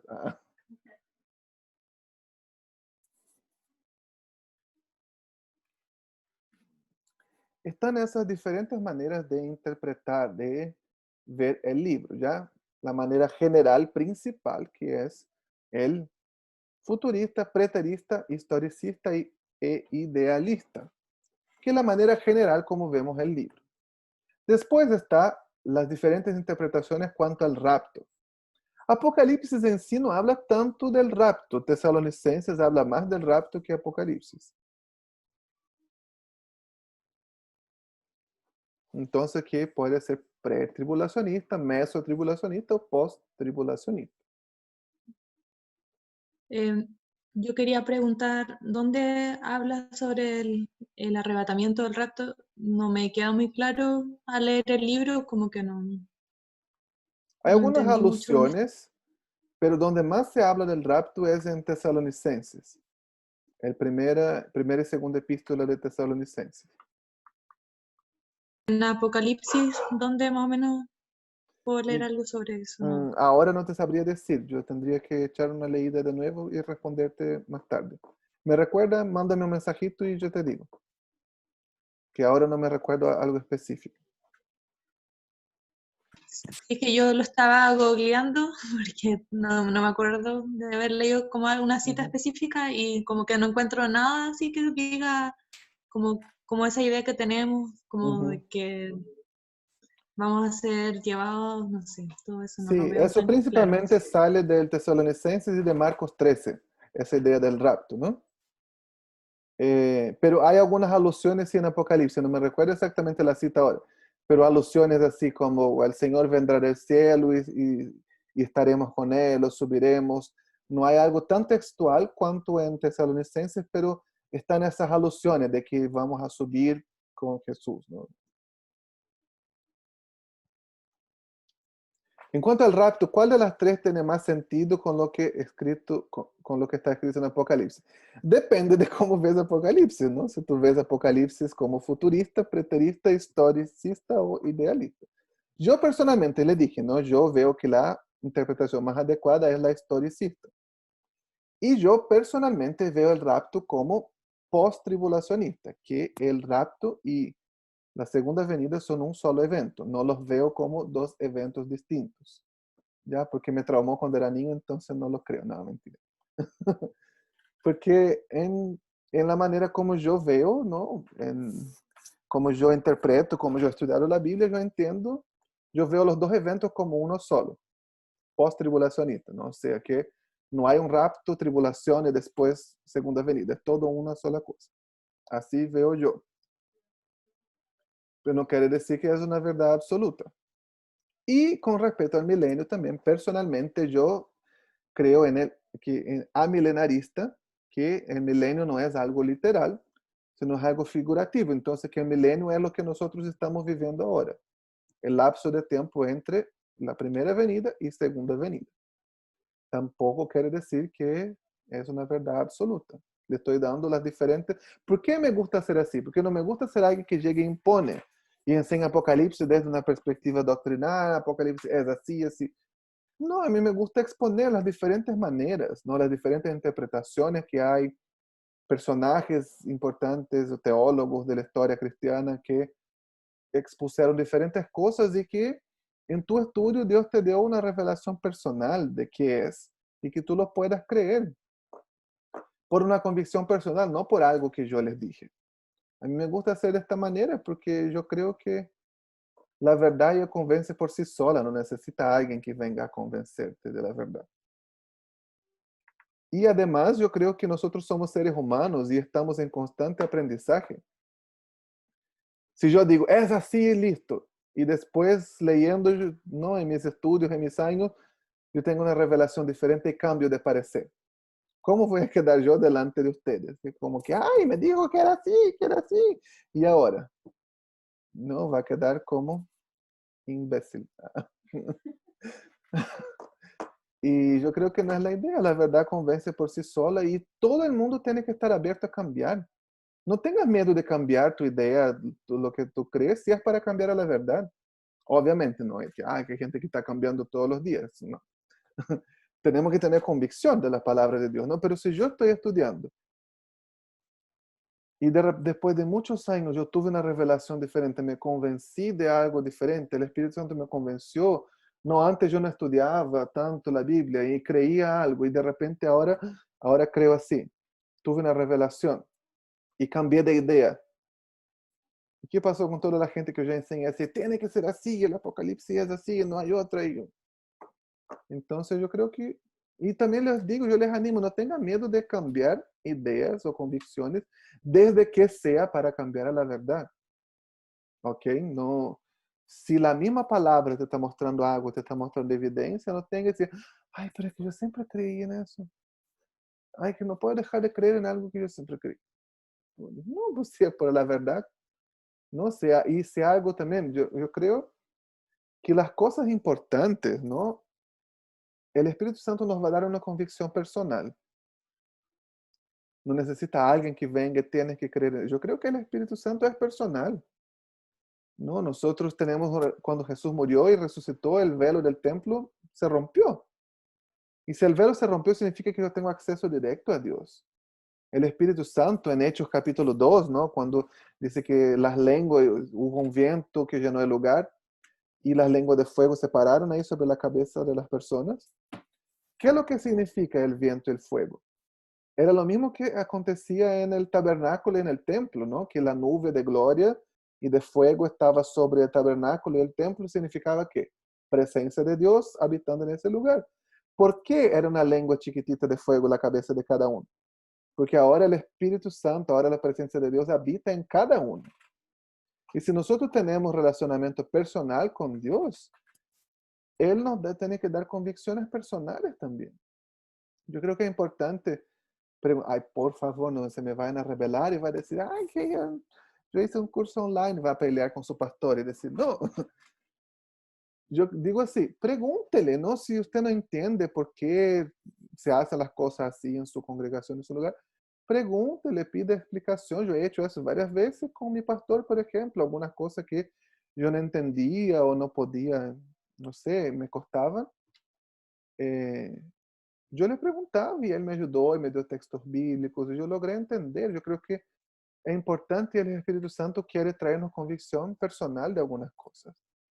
Y sobre todo, hay algunas cosas que no importan para nuestra salvación. Entonces, la manera como yo veo la salvación, la manera como yo veo el bautismo, la manera como yo veo la segunda venida, esas cosas no son determinantes para decir si yo soy salvo o no, ¿cierto?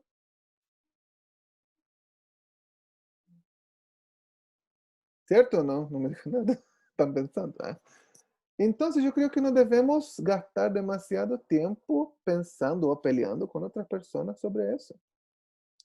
Yo creo que es importante sí tener un estudio sobre escatología, sobre los últimos días, aprender esas cosas, las diferentes maneras como vemos Apocalipsis, pero no es determinante para nuestra salvación. ¿Qué es determinante para nuestra salvación? Creer que Jesucristo es el Hijo de Dios que vino en carne, fue muerto, vertió su sangre, resucitó, está sentado a la diestra de Dios y volverá. ¿Cómo va a volver? Se va a volver de arriba, se va a volver de un lado, de la izquierda, de la derecha, se antes de la tribulación, se después, si yo voy a subir antes, en el medio o al final. No me importa, yo voy a subir. Cuando yo tenía 10 años yo pensé que no, pero hoy día no, tengo 32, sí, yo voy a subir.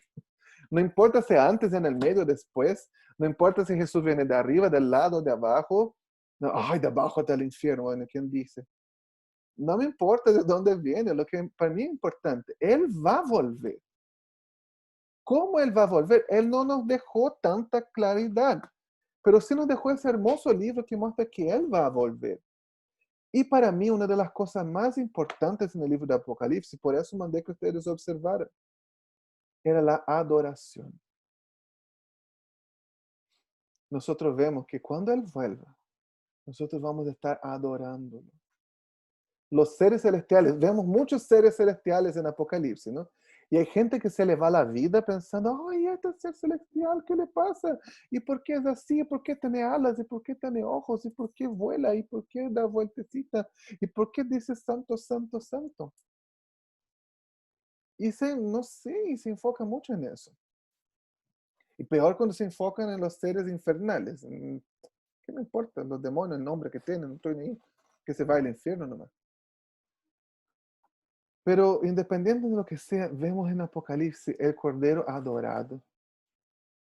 El Cordero entronizado en medio de la adoración de los querubines, de los serafines, de los 24 ancianos. Y yo encuentro tan linda una parte que dice, ¿no? Que he aquí delante del Cordero gente de todo pueblo, lengua y nación. Y yo veo eso y yo me imagino, bueno, yo soy misionero y yo sueño con las naciones. Y yo me imagino, y no dice yo me imagino en el cielo, ¿no? Apocalipsis no dice que nos vamos al cielo, dice que el cielo viene. No, dice la nueva Jerusalén desciende, no es que yo que subo. Y tampoco importa si sube o si baja, ¿no? Pero la cosa es que yo me imagino en la nueva Jerusalén y gente de toda nación. Una vez dice, en el cielo vamos a hablar todas las lenguas, todos la misma lengua. Aquí dice no. Dice que todo pueblo, lengua, nación. Y yo imagino gente, cada uno con su vestimenta típica de su nación, cada uno con su idioma, con su baile típico o sin baile ninguno, ese voy a ser yo, delante del Cordero adorándolo. Y yo me imagino escuchando diferentes idiomas, algunos cantando, algunos hablando serio, otros bailando, algunos con instrumentos, cada uno con su ropa típica, con colores, sin colores.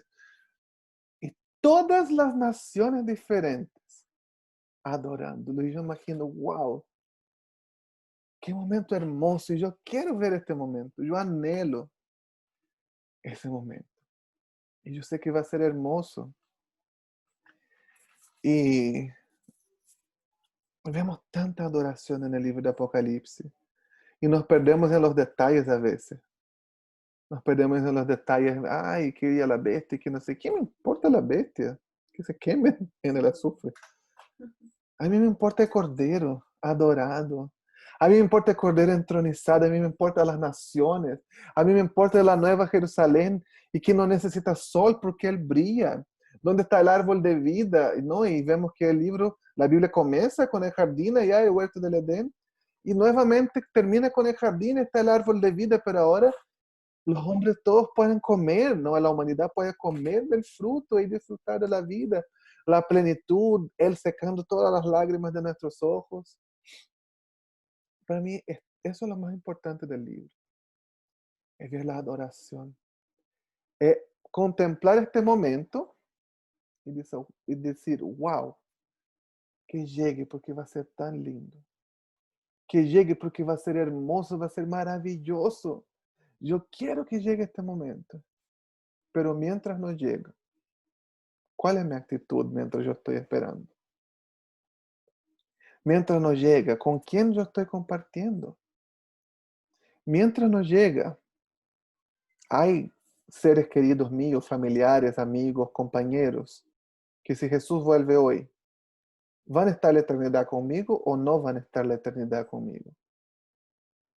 Eso nos debe motivar a vivir esta vida de abundancia, de esperanza y transbordar eso para que las personas sean atraídas a la presencia de Dios.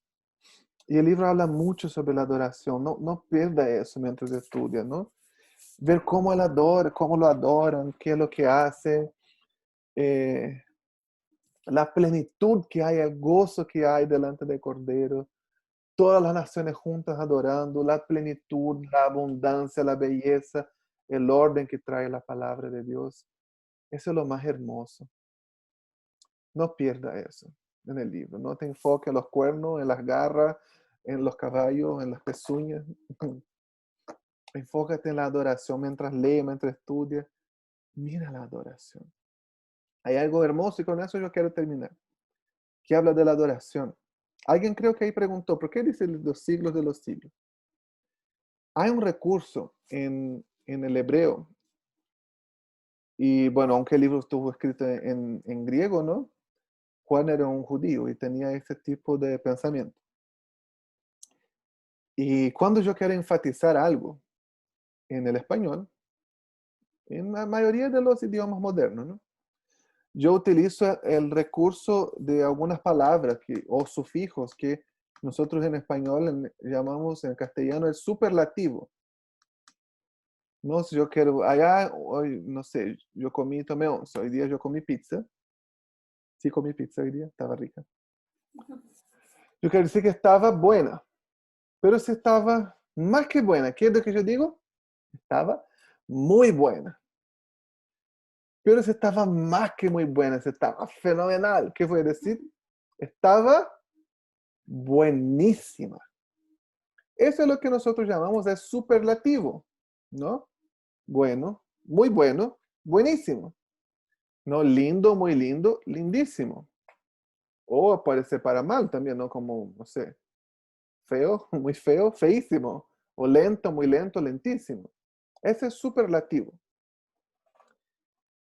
El hebreo no tiene ese recurso. ¿Cómo yo hago? Si yo quiero enfatizar una palabra, yo la repito. Entonces, si yo quiero decir que Dios es santo, yo digo, Dios es santo. Si yo quiero decir que Dios es muy santo, yo digo que Dios es santo, santo. Ahora, lo máximo que yo puedo decir en hebreo, yo repito 3 veces la palabra. Y yo digo, santo, santo, santo. ¿Y por qué estos seres celestiales miran al Cordero? Y lo miran y ven su santidad y contemplan su maravilla, su belleza. Y ellos exclaman, sale de su espíritu la adoración y dicen, santo, santo, santo. El Señor de los ejércitos, toda la tierra está llena de su gloria. Y ellos se postran. Y cuando ellos se postran, ellos se levantan, alzan los ojos y tienen una nueva revelación de su santidad, porque Él es tan santo que lo ven de nuevo. Y cuando lo ven, son impactados y quebrantados de su ser por la santidad del Cordero. Y lo máximo que se puede expresar con palabras es: Santo, santo, santo. Y se postran nuevamente. Y cuando alzan los ojos y ven al Cordero, tienen una nueva revelación.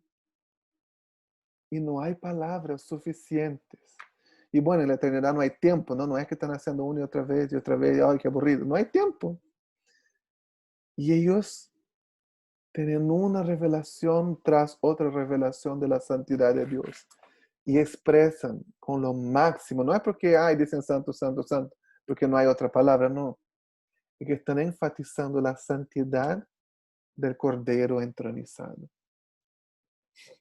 Que nosotros podamos descubrir la santidad en el libro la adoración en el libro de Apocalipsis. Y mientras usted lee el libro de Apocalipsis, mientras lo estudia, adora. De repente yo tuve una revelación de Dios. ¡Wow! Para un minutito, para 5 minutos y adora. Si tú no sabes cantar, pone YouTube. Agarra ahí en tu mismo celular, pone y adora, tiene tu tiempo de adorar, de orar al Señor, de entronizarlo. Pero no pierda la adoración, que para mí es uno de los puntos más power, más fuertes, más de confronto en el libro de Apocalipsis, la adoración, que puedas encontrar al Cordero y adorarlo. Amén. Vamos a terminar ahora, yo quiero orar para terminar. Por favor, envíenme sus preguntas sobre el libro de Apocalipsis, porque es mucha pregunta y mucha cosa rara. Y no voy a tener tiempo de abordar todo en la próxima clase. Entonces, envíenme sus preguntas y voy a tratar de hacer lo mejor que pueda, tratar de abarcar lo máximo que pueda y responder lo máximo que pueda también de preguntas. Entonces, mándenme sus preguntas. Pueden mandarme por WhatsApp, por correo, por donde sea. Sus preguntas yo las voy a anotar y voy a tratar de abordarlas, quizás no tan profundamente, pero tratar de responder sus preguntas. Oremos. Señor Jesús, muchas gracias por ese libro maravilloso que es el libro de Apocalipsis, que nos habla tanto de la santidad, que nos confronta, que nos muestra la verdad, que nos muestra cómo tú estás entronizado en el alto y sublime trono. Enséñanos a descubrir esta adoración genuina en medio de esas páginas de Apocalipsis. Enséñanos a encontrar consuelo y esperanza en este libro. Y danos, Señor, un gustito de lo que va a ser la eternidad, la plenitud de estar en tu presencia. En el nombre de Jesús. Amén. Amén, queridos hermanos, que el Señor los bendiga mucho. Ha sido una bendición. Puede activar su micrófono para despedirte y que el Señor te dé una buena noche de sueño y no sueñe con nada raro de Apocalipsis. Chao. Chaito. Chao. Gracias, Tulio, que estés bien. Gracias. Saludos a todos. Chao, chao. Chao, Tulio, que estén bien. Chao, Nana. Chao, saludos. Bendiciones. Chao, Fran. Chao, Joa. Chao, Argentina. Chao, Nano. Adiós. Saludos. Son todos unos 7. Chao, chao. Bendiciones. Chat, si no nos vemos el miércoles, nos vemos allá arriba.